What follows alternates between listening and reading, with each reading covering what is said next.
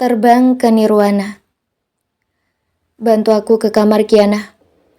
Rasha tidak menggubris apa yang tadi dikatakan oleh Lucky, tapi senyumnya tetap berkembang di wajahnya, dan Rasha sudah memikirkan sesuatu untuk menyenangkan hati Lucky sekarang.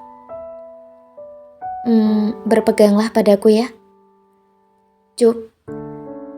Rasha, dari mana kau tahu posisi bibirku di sana? Pipi Lucky memerah saat mengangkat tangan Rasha. Dagu Lucky dipegang oleh Rasha, dan Rasha langsung mengecup bibirnya. Sebagai rasa terima kasihku padamu Kiana sayang. Senyum Rasha mengembang begitu manis di hadapan Lucky. Memang saat ini, Rasha tidak bisa mendengar atau melihat Lucky.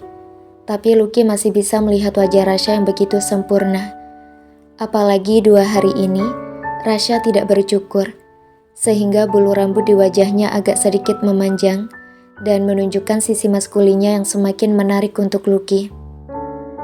Satu hal lagi yang disenangi oleh Lucky sekarang adalah bisa mencuri pandang sesuka hati, melihat wajah Rasha tanpa harus malu-malu takut kalau Rasha menggodanya. Apa kau masih mau diam di kamar mandi dan ingin berendam denganku? Yes, jangan menggodaku. Lucky kembali kepada dunia nyata dan segera melakukan apa yang diperintahkan oleh Rasha. Lucky memposisikan seperti biasa, tangan Rasha di atas bahunya dan satu tangan Lucky ada di pinggang Rasha. Lucky mengarahkan langkah Rasha sampai ke tempat tidur. Tidak sulit melakukan ini di kamar, karena Rasha sudah cukup hafal ruangan di kamarnya.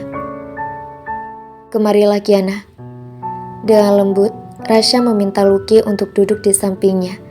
Hari ini memang Lucky selalu berada di dekat Rasha dan bermanja-manja di samping Rasha. Selain karena ingin menyenangkan hati Rasha yang sedang sakit, Lucky juga sangat rindu kepada Rasha. Seharian kemarin hatinya sangat tersiksa tidak bisa melihat Rasha. Dan hari ini, Lucky sangat bahagia karena bisa melihat Rasha walaupun kondisi fisik Rasha tidak seperti kemarin. Rasha, kamu mau apa? Mau menyenangkan istriku, jawab Rasha yang sudah membuka kancing baju Lucky. Apa kau serius melakukannya sekarang? Lucky mencoba untuk menahannya. Tapi apalah artinya tenaga Lucky dibandingkan Rasha? Walaupun Rasha tidak bisa melihat Lucky, tetap masih terlihat bayangan hitam tubuh Lucky dan Rasha masih bisa melakukan sesuatu berdasarkan insting sebagai seorang pria. Rasha, hentikan. Bagaimana jika ada yang masuk? Tubuh Lucky mulai menggeliat tak tahan dengan sentuhan yang semakin menggoda sanubarinya. Dilema ketika tangannya ingin menjauhkan tangan Rasha, tapi jiwanya membutuhkan tangan itu tetap berada di tempatnya sekarang, menyentuh bagian-bagian yang bisa membuat Lucky sampai ke Nirwana. Kita bisa mengunci pintunya. Rasha lalu mengambil remote di laci nakas dan memberikan kepada Lucky. Tekan lock. Yes, aku tidak mau melakukannya. Lucky mengembalikan remote kepada Rasha, bersiap mau memakai kembali pakaiannya. Tapi pakaian itu sudah dipegang oleh Rasha, dan Rasha kemudian menggulung pakaian yang di dalamnya sudah ada remote, lalu melempar jauh hingga pakaian itu terbang sampai ke pintu walk-in closet. Apa yang kau lakukan, Rasha? Bermain dengan istriku. Tapi aku akan mencabut alat bantu dengar ini supaya milikku tidak tergoda untuk bangun. Karena suaramu yang selalu bisa menggodaku. Setelah kondisiku sembuh, aku berjanji akan langsung memasukkan milikku di dalammu. Rasha langsung membuka alat bantu dengarnya dan meletakkannya di atas nakas. Tangannya yang masih memegang tubuh Lucky langsung memanjakan Lucky dengan sentuhan-sentuhan yang memabukkan. Ya, walaupun Rasha masih sakit dan tak bisa melihat, tetapi dia adalah laki-laki. Rasha memiliki insting sebagai seorang laki-laki. Rasha tahu apa yang harus dilakukannya pada tubuh wanita. Apa saja yang bisa memberikan kenikmatan. Rasha, jauhkan tanganmu dari tubuhku. Kita bisa melakukannya nanti malam, atau lain waktu saat kau sudah mulai sembuh. Pinta Lucky yang suaranya sudah hampir kehilangan kewarasan. Rasha sudah melepas alat pendengarannya. Tentu saja, suara Lucky tidak terdengar. Lucky berteriak yang terdengar samar di telinga Rasya, membuat Rasya sedikit terganggu dan menahan sakit yang di bawah. Bibir Rasya yang sedang bermain di gunung kembar Lucky terus saja memberikan kenikmatan tiada tara. Ketika lidah Rasya yang basah mulai menjilat puncak tertinggi Lucky, membuat gerakan memutar di sana dengan perlahan, sangat pelan, hingga menimbulkan rasa geli yang perlahan membuat Lucky mulai menggeliat menggoda, mulai berfantasi, mulai mengeluarkan suara yang kalau didengar oleh Rasya, pasti sudah membuat bagian bawah Rasya terasa amat sakit karena usahanya yang ingin membesar. "Rasa, bagaimana kau lakukan ini, Rasya? Kau bahkan lagi sakit, tapi kau bisa membuatku begini. Tanganmu, Rasya, tanganmu jangan ke bawah." Rasya sudah membuka celana Lucky, dan kini bibirnya sudah menempel di tempat lembab dan basah yang kini sudah mulai meleleh cairan dari dalamnya. Lucky berteriak sambil menjambak rambut Rasya ketika Rasya memasukkan lidahnya ke dalam sana. Kemudian bibirnya menyesap, seperti menyeruput minuman dingin yang menyegarkan, dengan kedua tangan Rasya yang masih ada di atas puncak, masih berkreasi di sana, dan bagian bawah Lucky yang terus saja dibombardir dengan bibir dan lidah Rasya, membuat Lucky tidak tahan. Suara teriakan kenikmatan akhirnya datang, dengan tubuh Lucky yang menegang dan kedua kakinya ada di punggung Rasya, menyelang menghimpit kepala Rasya seakan mendorong untuk terus berada di lubang kenikmatan yang kini tertutup oleh selimut. Lalu cairan kepuasan akhirnya keluar dari liangnya. "Rasya, aku geli." Klek, kalimat yang keluar dari bibir Lucky berbarengan dengan pintu yang terbuka, dan Radit masuk ke dalamnya. Bersama dehemannya, membuat Lucky langsung menarik Rasya keluar dari selimut, dan Lucky segera menutupi tubuhnya dengan selimut, menegakkan duduknya. "Kenapa menarikku kencang sekali?"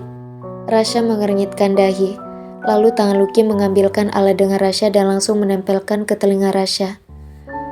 "Papa ada di kamar kita," sambil Lucky menarik Rasya mendekat padanya. "Kau sakit, Rasya?"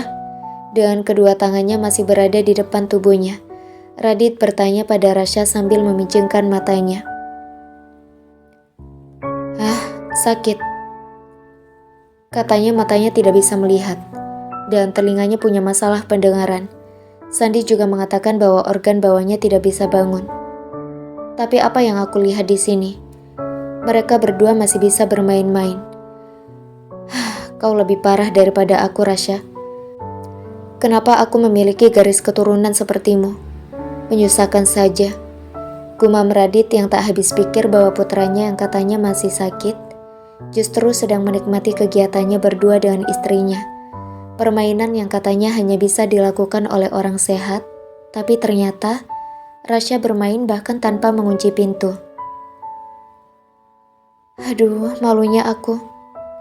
Untung saja seluruh tubuh tertutup selimut. Saat Radit masuk memang tubuh Lucky tertutup semua. Hanya saja suara Lucky yang sedang ada di puncak kenikmatan cukup mengganggu pendengaran Radit ketika membuka pintu.